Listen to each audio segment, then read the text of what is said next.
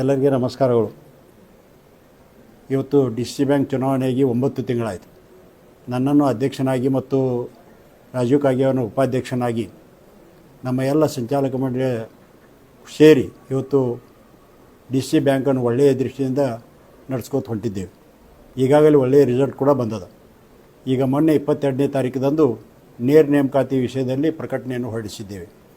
ಅದರಲ್ಲಿ ಸುಮಾರು 104 ಪೋಸ್ಟ್ಗಳು, 83 ಕ್ಲರ್ಕ್, 20 ಸಿಪಾಯಿ ಮತ್ತು 1 ಗನ್ಮ್ಯಾನ್ ಈ ಪ್ರಕಾರ ಕರೆಯಲಾಗಿದೆ. ಗೌರ್ಮೆಂಟ್ ನಿಯಮಾನುಸಾರವಾಗಿ ಒಂದು ರೋಸ್ಟರ್ ಪದ್ಧತಿಯಲ್ಲಿ ರಿಸರ್ವೇಷನ್ ಮುಖಾಂತರ ಈ ಎಲ್ಲ ವಿಷಯಗಳನ್ನು ನಮ್ಮ ಪ್ರಕಟಣೆಯಲ್ಲಿ ತಿಳಿಸ್ತೇವೆ.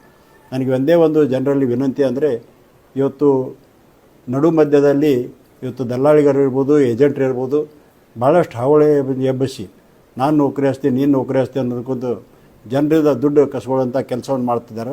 ಅಂಥವ್ರಿಗೆ ಯಾರೋ ತಲೆ ಕೊಡ್ದೇನೆ ಇವತ್ತು ಆಗಸ್ಟ್ 22 ಅರ್ಜಿ ಮುಗಿದ ನಂತರ ನಾವು ಒಂದು ನಾಮಾಂಕಿತ ಯೂನಿವರ್ಸಿಟಿಗಳನ್ನು ಕರೆದು ಅದರ ಒಂದು ಫೈನಲ್ ಮಾಡಿ ಅದರ ಮುಖಾಂತರ ಎಕ್ಸಾಮ್ ಕಂಡಕ್ಟ್ ಮಾಡಲಾಗೋದು.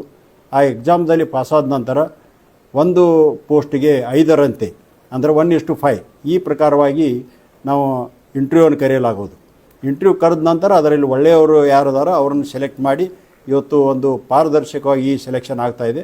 ಆದ ಕಾರಣ ಯಾರೂ ಕೂಡ ಯಾರ ಮಾತಿಗೂ ಕಿವಿ ಕೊಡದೆ, ಯಾರಲ್ಲಿಯೂ ಫಸುವಿಗಿರಿ ಹೋಗದೇನೆ ಒಳ್ಳೆಯ ರೀತಿಯಿಂದ ತಾವು ಅರ್ಜಿಯನ್ನು ಕೊಟ್ಟು ನಂತರ ತಮ್ಮ ಟೈಮ್ ಸಿಕ್ಕಲ್ಲಿ ಅಲ್ಲಿ ಅಭ್ಯಾಸವನ್ನು ಮಾಡಿ ಎಕ್ಸಾಮನ್ನು ಒಳ್ಳೆಯ ದೃಷ್ಟಿಯಲ್ಲಿ ಮಾಡಿ ತಾವು ಇಂಟರ್ವ್ಯೂದಲ್ಲಿ ಬಂದ ನಂತರ ಇಂಟರ್ವ್ಯೂ ಕೂಡ ಒಳ್ಳೆಯ ದೃಷ್ಟಿಯಲ್ಲಿ ಮಾಡಬೇಕಂತ ನಾನು ತಮ್ಮಲ್ಲಿ ವಿನಂತಿ ಮಾಡ್ತಾಯಿದ್ದೆ.